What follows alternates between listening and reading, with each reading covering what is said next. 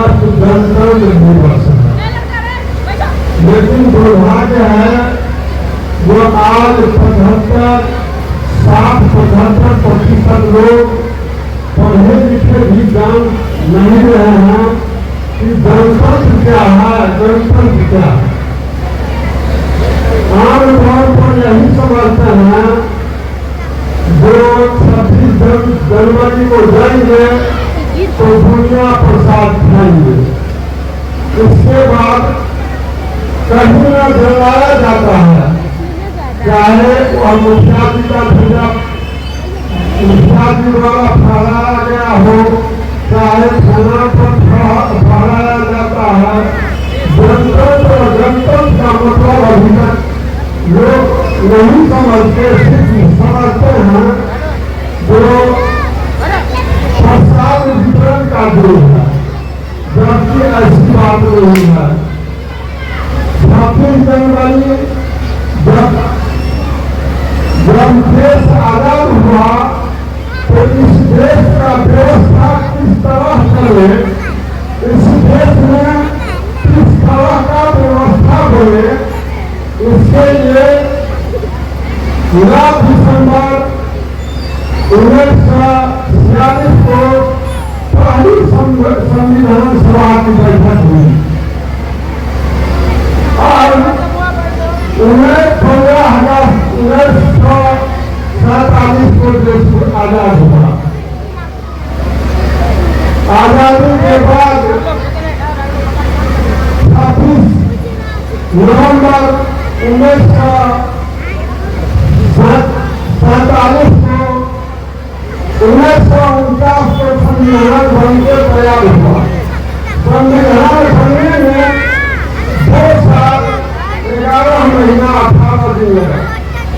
संविधान को स्वीकृति देने में 283 नेताओं महापुरुषों का हस्ताक्षर हुआ और संविधान क्यों बना, उससे पहले संविधान की क्या आवश्यकता थी।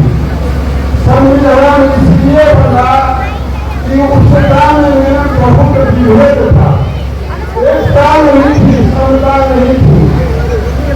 लोग छोटे राज्य के लोगों को स्कूल में पढ़ने नहीं दिया जाता था, मंदिर में नहीं जाने दिया जाता था, की अद्भुत व्यवस्था थी। भले ही जात के लोग बड़ा भिखारी बनते थे। इस सब को मिटाने के लिए, भेदभाव को समाप्त करने के लिए बाबा साहब डॉक्टर अम्बेडकर संविधान बनाए और संविधान बनाने के बाद सभी को शिक्षा मिले, सभी में समतामूलक समाज बने, इसीलिए संविधान बना था। आज भी हम लोग बहुत पीछे हैं। चुनाव जनतंत्र को आज भी 75% लोग नहीं समझ रहे हैं, क्योंकि इस देश में जातिवाद, पैसावाद, रूढ़िवाद से देश फंसा हुआ है। जातिवाद से देश फंसा हुआ है। यहाँ 2 बार या 3 बार रामप्रीत मंडल बन गए सांसद, लेकिन कुछ नहीं कर पाए। लेकिन जिससे है वही, जिसका कारण है जातिवाद। सब मंडल कहेंगे हम उसी को वोट देंगे, ज्यादा नहीं दे तो ज्यादा उसी को वोट देंगे। ज्यादा इस देश के लिए महान कलंक है जातिवाद, जिसका कारण है हमारे देश का नेता